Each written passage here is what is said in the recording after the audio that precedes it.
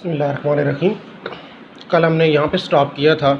ये हमने लिखा था set of integer z is equal to 0 plus minus 1 plus minus 2 plus minus 3 and so on.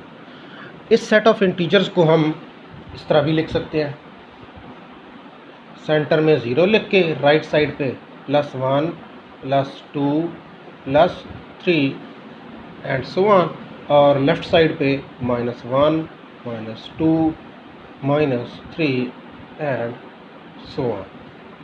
इसका मतलब राइट साइड पे जब हम देखते हैं तो यहाँ पे पॉजिटिव नंबर चल रहे हैं, 0 प्लस 1 प्लस 2 प्लस 3, और लेफ़्ट साइड पे नेगेटिव नंबर्स चल रहे हैं, minus 1 minus 2 minus 3 minus 4 minus 5 and so on. तो ये हमारे पास सेट ऑफ इंटीजर्स को लिखने के दो तरीके।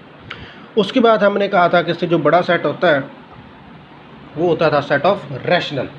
क्या होता था? रैशनल। और रैशनल को हमने क्यू से रिप्रेजेंट किया था, और हमने रैशनल की डेफिनेशन लिखी थी, the numbers which can be put in the form of p by q where p and q belongs to integers.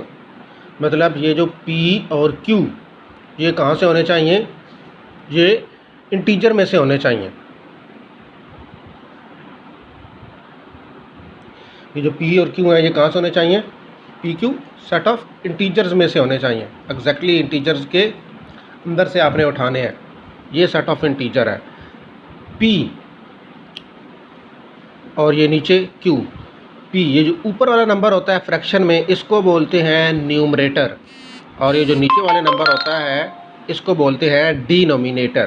तो यहाँ पे मैं लिखने लगा हूँ ऊपर वाले नंबर को न्यूमरेटर NUMERA, और नीचे जो वाला नंबर होता है फ्रैक्शन में उसको बोलते हैं डिनोमिनेटर, जिसको आप उर्दू में कहते थे शुमार कुनिंदा ऊपर वाले को और नीचे वाले को मखरज। तो इंग्लिश में यहाँ पे उसको न्यूमरेटर और डिनोमिनेटर। तो ये न्यूमरेटर है और ये डिनोमिनेटर है। p and q belong to ये, इसका मतलब है ये न्यूमरेटर और डिनोमिनेटर जो दोनों नंबर हैं हमने सेट ऑफ इंटीजर से लेने हैं। और साथ में एक और भी कंडीशन है कि q is not equal to 0, कि जो नीचे वाला नंबर है वो 0 नहीं होना चाहिए। तो इसकी हम एग्जांपल लेते हैं। फॉर एग्जांपल मैं एक ये नंबर लेने लगता हूँ, ये देखिए एक मैंने नंबर लिख दिया है 3/2। हमने चेक करना है कि क्या ये रैशनल नंबर है या नहीं है। तो हम इसको क्या देखेंगे? हम इसका न्यूमरेटर ऊपर वाला नंबर और डिनोमिनेटर नीचे वाला नंबर, इनको देखेंगे क्या ये सेट ऑफ इंटीजर इसमें है या नहीं है। तो देखिए 3 जिसका साइन नहीं होता उसका प्लस साइन होता है, तो इसका मतलब ये +3 है, +3 इसमें है, इसमें मौजूद है +3, +2 ये भी इसमें मौजूद है, और ये जो नीचे है ये 2 है, ये 0 तो नहीं है ना। इसका मतलब है ये तमाम कंडीशन जो 3 थी ये फुलफ़िल होती हैं। इसका मतलब है 3/2 ये कैसा नंबर है? ये एक रैशनल नंबर है। अब एक और नंबर हम देखते हैं -5/11। हमने अगेन वही 3 कंडीशन चेक करनी है। ऊपर वाले नंबर को चेक करना है, नीचे वाले नंबर को चेक करना है, और देखना है कि नीचे वाला नंबर 0 तो नहीं है। ऊपर वाला नंबर -5, क्या इस सेट वाला ये जो इंटीजर्स वाला सेट है इसके अंदर -5 है?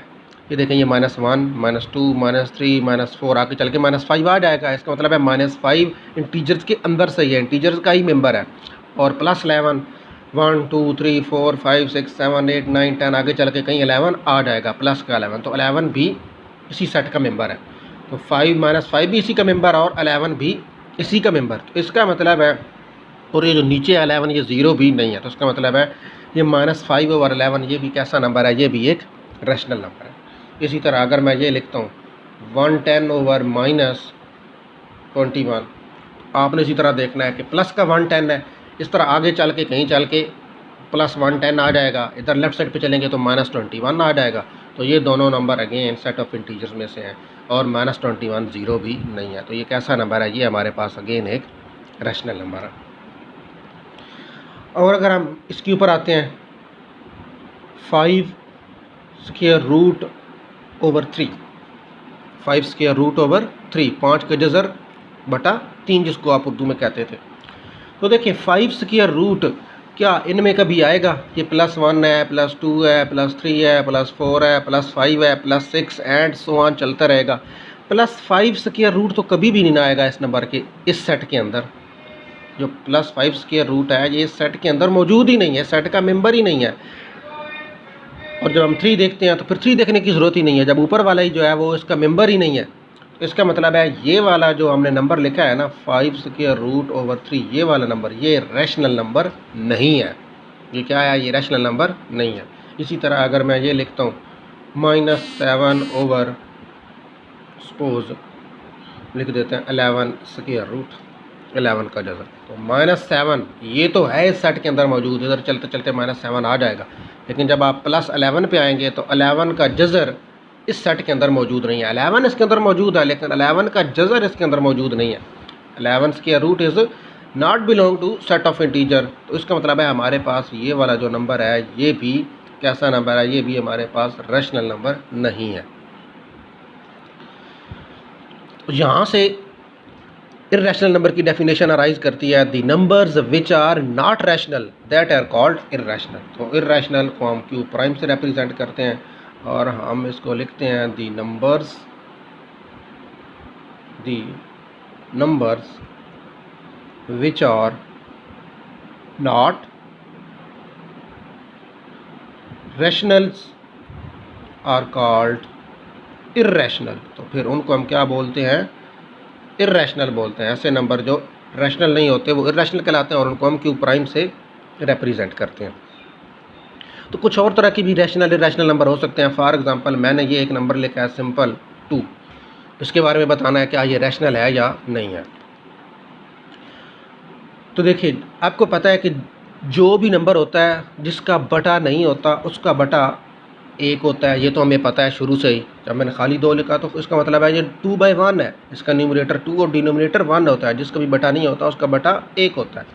हमने इसको चेक करना है, 2 + 2 इसके अंदर मौजूद है, 1 + 1 भी इसके अंदर मौजूद है और नीचे 0 भी नहीं है। तो ये वाला नंबर कैसा है? ये एक रैशनल नंबर है। इसी तरह अगर मैं ये लिख लेता हूँ 5, जब आप 5 लिखेंगे तो इसका भी डिनोमिनेटर आपको नज़र नहीं आ रहा, लेकिन जिसका डिनोमिनेटर नहीं होता उसका डिनोमिनेटर अंडरस्टूड है 1 होता है, ये हमें पता।